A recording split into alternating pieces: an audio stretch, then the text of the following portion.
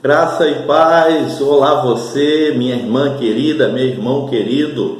Aqui quem vos fala é pastor Marcos Félix. Eu quero agradecer a você por sua audiência. Eu quero agradecer a você, que Deus abençoe a sua vida e que isso aconteça recalcitada, sacudida e transbordante. Quero agradecer também porque você se inscreveu no nosso canal e tem compartilhado as reflexões que aqui têm sido postadas, os vídeos e tudo mais. Então agradeço a Deus pela sua vida, por sua generosidade. Nós estamos aí na correria para alcançarmos 4.000 inscritos. Então peço que você compartilhe, curta, mande para o seu amigo, para o teu familiar, para os irmãos da igreja, e que você se inscreva no nosso canal e compartilhe essa palavra. Bem, nesse dia eu quero compartilhar com você algo que chamou-me muita atenção, que está em João capítulo 11 e capítulo 12. Eu quero ler para você apenas o versículo 11, já que o nosso tempo é muito pouco. Se eu ficar aqui falando horas, você não vai conseguir ver esse vídeo até o final e logo talvez você perca a atenção ou canse. Então, para não ser enfadonho, eu quero ler apenas o versículo 1, porque a história você já conhece. Diz assim, fala sobre a ressurreição de Lázaro. Estava então, capítulo 11 de João, estava então enfermo um certo Lázaro de Betânia, aldeia de Maria e de sua irmã Marta. Maria era aquela que tinha ungido o Senhor com unguento e lhe tinha enxugado os pés com seus cabelos, cujo irmão Lázaro estava enfermo. Mandaram-lhe, pois, suas irmãs dizer: Senhor, eis que está enfermo aquele que tu me amas. E Jesus, ouvindo isso, disse: essa enfermidade não é para a morte, mas para a glória de Deus, para que o Filho de Deus seja glorificado por ela, por essa situação. Ora, Jesus amava Marta e amava sua irmã Maria e amava Lázaro. Bem, essa é uma história muito conhecida e eu vou estar trazendo algumas ações e surpresas que nós temos nesse texto que eu ainda não tinha visto. Então vamos por partes. Eu peço que você leia em sua casa aí João capítulo 11 e também o capítulo 12, para que você entenda um pouquinho do que eu quero dizer. Bem, Maria. O texto começa dizendo que Maria é aquela que enxugou, que primeiro jogou nos pés de Jesus, ungiu os pés de Jesus com unguento. Unguento, diz os estudiosos, caríssimo. Um perfume caríssimo, que exalou por toda a casa, diz os estudiosos, naquele acontecimento. Então Maria é essa que ungiu Jesus com unguento. E não só isso, mas enxugou os pés de Jesus com seus próprios cabelos. Olha que coisa maravilhosa. Num sentido de humilhar-se diante do Rei dos Reis, ela usa o que ela tinha de mais caro. Alguns chegam a dizer que era algo que ela guardava para uma necessidade, porque o seu pai havia deixado para que ela tivesse, ou eles tivessem, caso necessário, vendessem. Você lembra lá daquela mulher que tinha só um azeite na panela, e o profeta diz para ela trazer várias vasilhas, e aí a multiplicação depois ela vende? Então é nesse sentido que alguns estudiosos dizem que ela guardava esse unguento caríssimo para poder, numa necessidade, ou por seu casamento, ou por uma falta, uma escassez, vender e poder assim manter a sua família, a sua vida. Então ela derrama aquilo, ela unge Jesus com esse unguento, com esse cheiro, com esse aroma maravilhoso. E não só isso, enxuga os pés de Jesus com seus próprios cabelos. É interessante dizer que quando Lázaro morre, Maria fica em casa. Depois de enterrar seu irmão, ela fica em casa, quieta, com pessoas mais próximas, enquanto Maria fica em casa, Marta vai ao encontro de Jesus. Vocês podem lembrar que o capítulo 11 narra que elas mandam um recado para Jesus. Elas mandam um recado para Jesus, dizendo que Lázaro estava muito doente. Eu aprendo aqui que algumas notícias mais terríveis que sejam, não podem serem dadas, não podem serem dadas de qualquer maneira, devem ser dadas com inteligência. Por isso, quando alguém está doente, alguém morreu, a gente, sabendo que a pessoa está no trabalho, no emprego, a gente fala para essa ou para aquela pessoa que é necessário que ela venha rápido para casa porque aconteceu algo com fulano ou com Beltrano. Nós não damos a notícia toda, precavendo que mais uma pessoa venha infartar ou morrer de tanta ansiosidade. Isso não quer dizer, falando assim, que ela não vai ficar, mas nós precisamos ter sabedoria do alto para podermos assim comunicar certas verdades, dar certos recados. Bem, então, enquanto Maria ficou em casa, Marta vai ao encontro de Jesus, diz o capítulo 11. E ela questiona Jesus, dizendo: Jesus, se tu estivesse aqui, meu irmão não teria morrido. Se tu estivesse aqui, Jesus, meu irmão não teria morrido, diz Marta. Ela vai ao encontro de Jesus e questiona Jesus: Jesus, se tu estivesse aqui, meu irmão não teria morrido. E diz mais ainda que sabia ela que Deus ouve Jesus. Ela procura Jesus, Lázaro já estava morto, e ela questiona Jesus: Jesus, se tu estivesse aqui, meu irmão não teria morrido. E eu sei que Deus ouve o Senhor, eu sei que Deus ouve você. Ela diz saber que Deus ouvia Jesus. Ela disse também saber que no último dia, no fim dos tempos, Jesus há de ressuscitar os seus. Ela disse isso. E diz crer em Jesus como Cristo, o Filho de Deus vivo, que veio para salvar o mundo. Que coisa linda! Ela diz crer que Cristo é o Filho de Deus vivo e que Ele havia de vir ao mundo. Você sabe que essa palavra Cristo, ela não está tão baseadamente ligada à crucificação, mas sim ao Messias, porque a palavra Cristo aponta o Messias, e Jesus é o Messias, o enviado de Deus.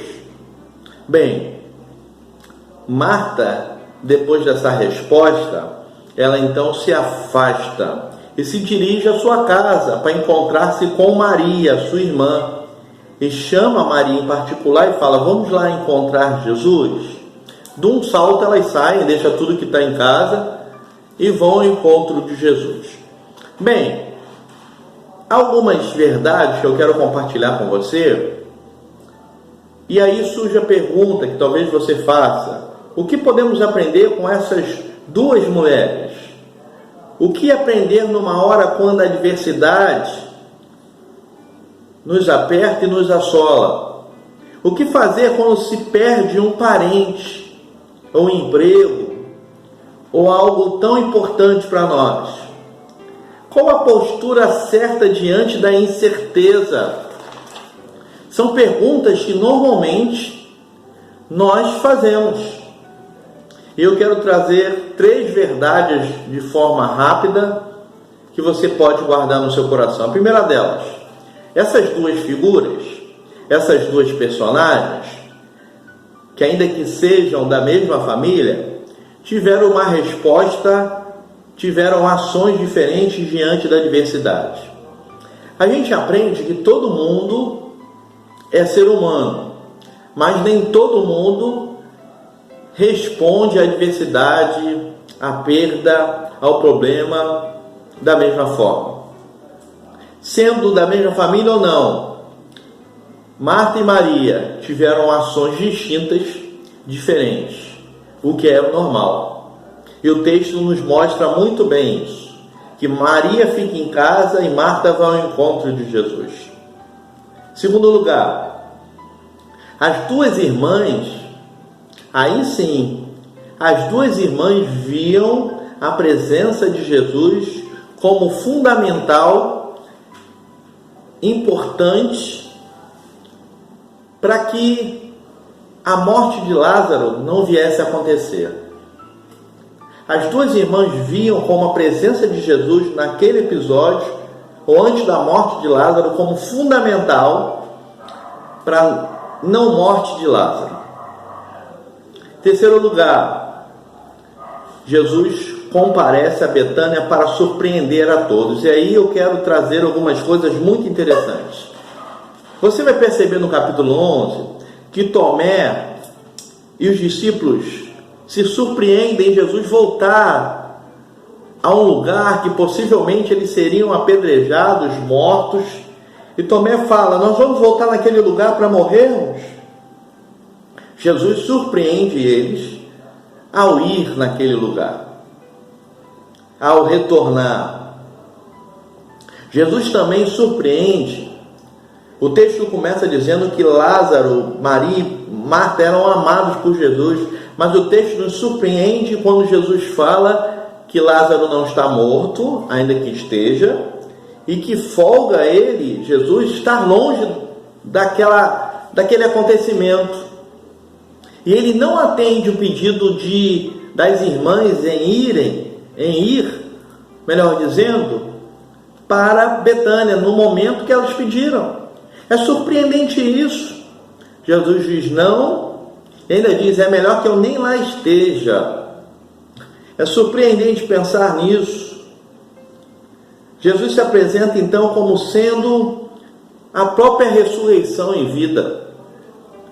Eu quero falar sobre isso porque quando ele é questionado por Marta sobre Jesus não estar presente naquela ocasião, e ele dizer que vai ressuscitar Lázaro, ela diz saber que sabe sim que Jesus vai ressuscitar os seus servos no fim dos tempos, no último dia. E no versículo 25 Jesus disse: eu sou a ressurreição e a vida, quem crê em mim, ainda que esteja morto, viverá. E ele pergunta: você crê nisso, Marta?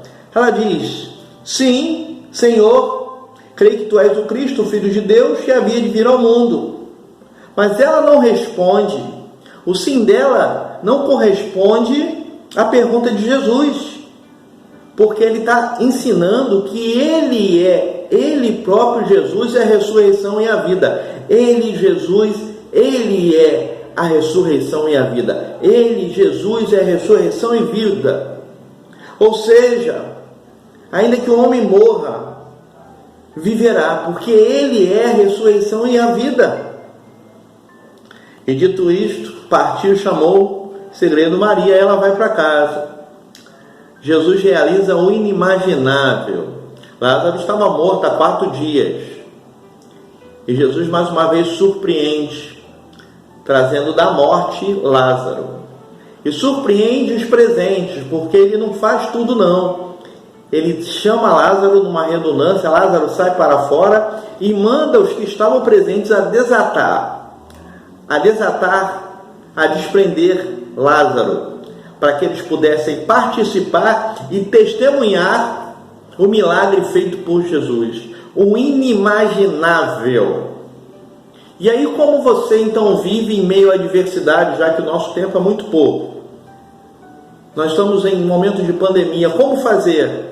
Em primeiro lugar, saber que você é diferente de mim, diferente de A, de B.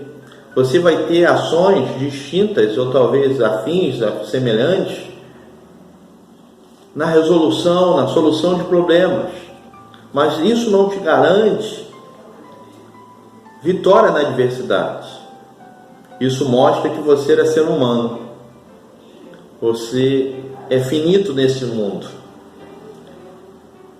É necessário então, diante da sua pequenez, você colocar a sua vida no altar daquele que pode todas as coisas.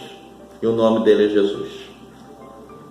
Ainda que você saiba, como aquelas irmãs sabiam que Jesus, a presença de Jesus é importante, seria importante, você também nos dias de hoje precisa ter na sua vida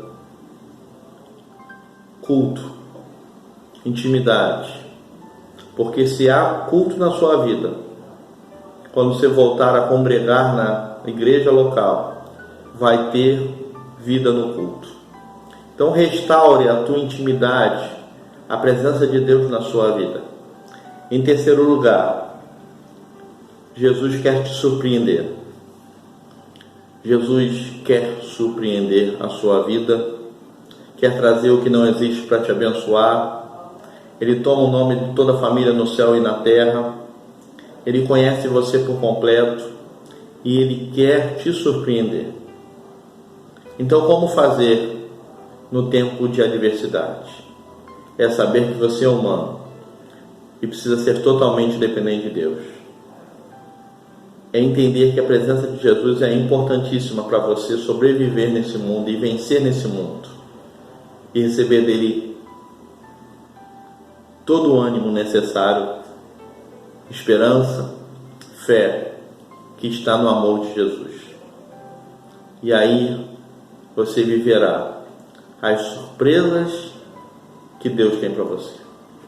Eu gosto muito de Hebreus 11:6, que diz assim: Deus, Ele deseja que aquele que se aproxima dele creia que Ele existe, em primeiro lugar, e que Ele é galardoador, presenteador, recompensador daqueles que o buscam. O nosso Deus, Ele tem o controle de todas as coisas. Ele é o nosso presenteador. Ele é o nosso recompensador. Ele é o nosso galardoador. Eu espero que essa palavra tenha abençoado a sua vida, palavra rápida, e que você tenha uma ótima semana. Se puder, curta aí, aperte o sininho nas notificações, inscreva-se no nosso canal e compartilhe, porque nós precisamos chegar aos 4.000 inscritos para a honra e glória do Senhor. E para que nós estejamos mais atuantes na obra do Senhor. É um tempo de preparo, de reclusão, mas estamos movimentando a nossa vida, porque dias melhores virão. Deus abençoe você, a sua família, os seus sonhos sejam multiplicados e que o Senhor estabeleça todos esses sonhos e esses projetos se realizem para a honra e glória do Senhor Jesus. Deus te abençoe, graça e paz.